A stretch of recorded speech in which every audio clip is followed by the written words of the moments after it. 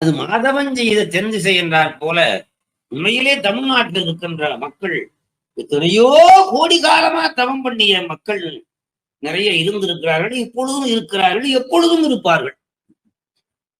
தவம் செய்கின்றவர்கள் கூடவோ குறைச்சலோ எப்போதும் இருப்பார்கள்.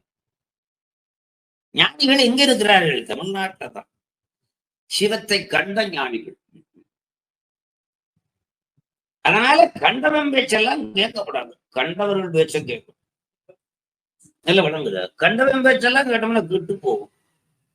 சிவத்தை கண்டவர்கள் அதான் கண்டேன் அவரது கண்டறியாத கண்டு. என்ன அழகு! கண்டேன் அவர் திருப்பாதம் கண்டறியாதன கண்டு கண்ணால் யானும் கண்டேன் காண்க மாணிக்கவாசன். கண்ணால் யானும் கண்டேன் காண்க. அப்படி கண்டவர்கள் பேச்சை கேட்கணும். சாமியை கண்டவர்கள் பேச்சு கேட்கணும்.